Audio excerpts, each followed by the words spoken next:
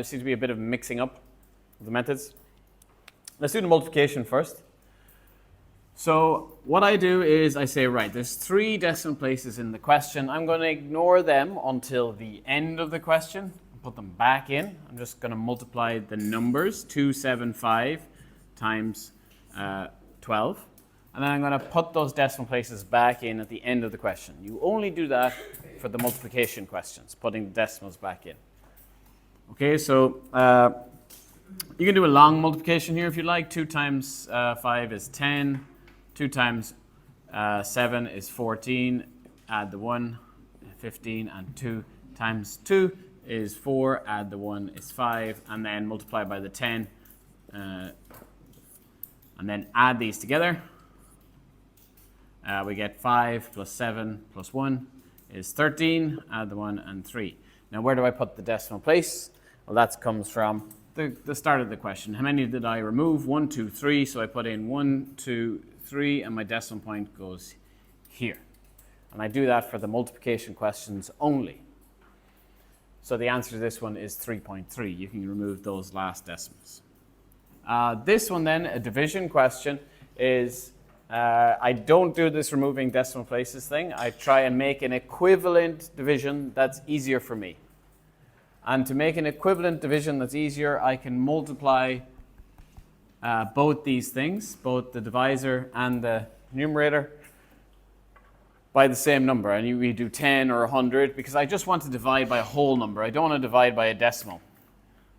If I multiply both by 10, I turn this into 6.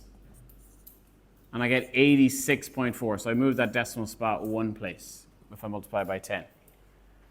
Do I then need in the answer to put the decimal back in? No. I've already dealt with this. This will give me the same answer as this. We looked at that yesterday.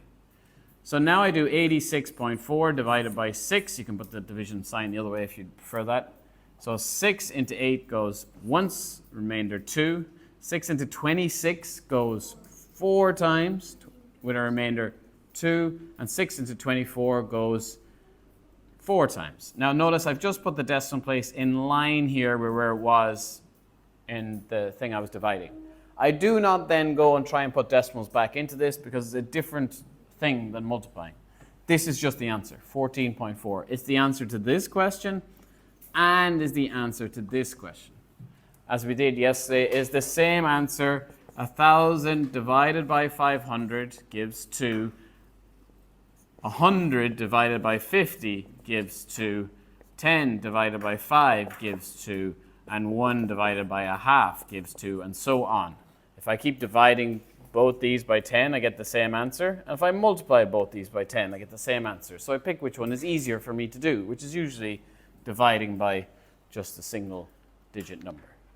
Okay, so don't get mixed up with that. If you can try to remember that for when we have it later on in an exam or something. Okay, let's just check the answers for those who didn't get, that's not the answers. There are the answers there. If you didn't get quite finished, if you did the harder race, maybe you can have a little look at what the answer was and how close you were before